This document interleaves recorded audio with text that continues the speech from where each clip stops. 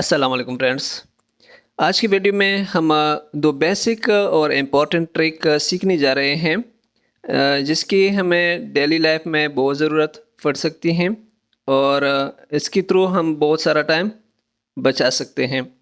जिसमें number one है auto serial number, यानी जहाँ जहाँ हम एंट्री करते हैं इसके लिए ऑटोमेटिकली स्टार्टिंग में सीरियल नंबर खुद ब खुद क्रिएट हो जाए।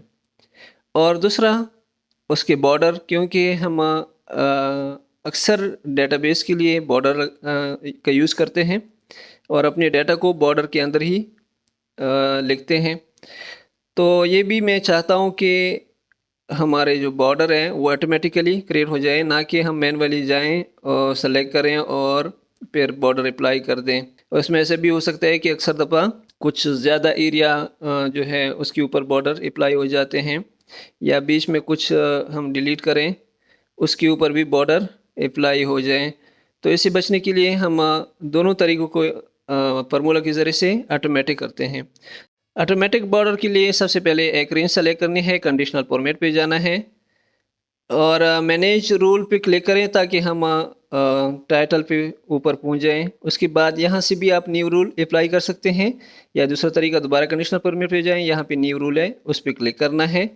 यानी मैनेज रूल के अंदर से या यहाँ मैनुअल में आप दोनों से न्यू रूल अप्लाई कर सकते हैं। यहाँ पे सेलेक्ट करना है use a formula to determine which cell to format. यहाँ नीचे format value where this formula is true, यहाँ पे लिखना है इज इक्वल टू, और पहला सेल सेलेक्ट करना है टाइटल के नीचे वाला जो है। इसको जब मैंने सेलेक्ट किया तो $A और $1 $2 आ गया, यानी ये कॉलम भी लॉक है अभी और जो रो है रो भी लॉक है। सिर्फ एक सेल के ऊपर ये फार्मूला अप्लाई होगा। मैं चाहता हूँ कि ये पूरे कॉलम के ऊपर अप्लाई हो जाए। अभी रो मैंने जो है अनलॉक किए, यानी पूरे रो के ऊपर अप्लाई हो जाएगा, और जो कॉलम है उसको मैंने लॉक कर दिया। सिर्फ कॉलम के थ्रू इस कंडीशन को अप्लाई कर सकते हैं। उसके बाद हम लगाएंगे less than greater than sign. Less than greater than sign का मतलब नॉट इक्वल टू, किस चीज़ के बराबर ना हो। Two time double quotation mark अगर हम लिखें, टू टाइम डबल कोटेशन का मार्क का मतलब है खाली। अगर कोई सेल खाली नहीं है तो उसका फॉर्मेट किस तरह होना चाहिए, तो फॉर्मेट पे क्लिक करना है। यहाँ पे हम लाइन सेलेक्ट करेंगे कि हमारे बॉर्डर का लाइन नहीं होना चाहिए, और साइड बॉर्डर पे क्लिक करेंगे तो up side down side left right सारे ये लाइन लग गए। ओके करना है और दोबारा ओके करना है। यहाँ पे हमने कॉमा लगाया है, कॉमा को हम तो ख़त्म करें, यहाँ पे कॉमे की ज़रूरत नहीं है।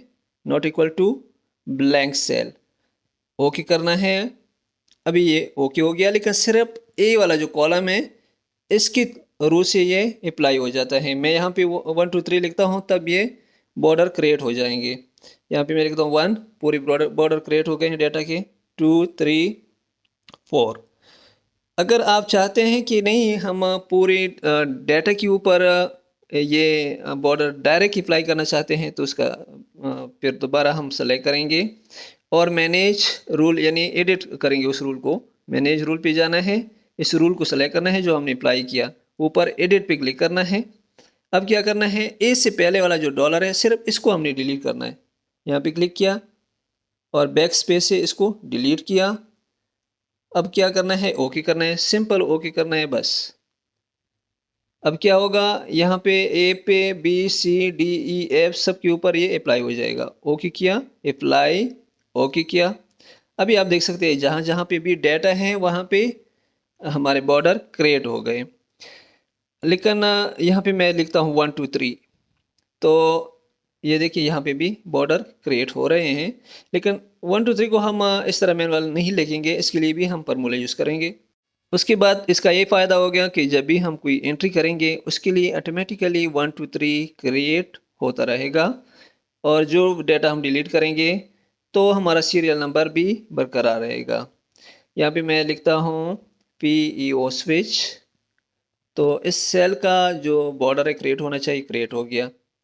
इसी तरह हम सीरियल नंबर के लिए ये पहला सेल जो है इसको सेलेक्ट करेंगे, यहाँ पे लिखेंगे equal to if break start, condition दे रहे हैं इसको break start, cell B select करेंगे यानी B2।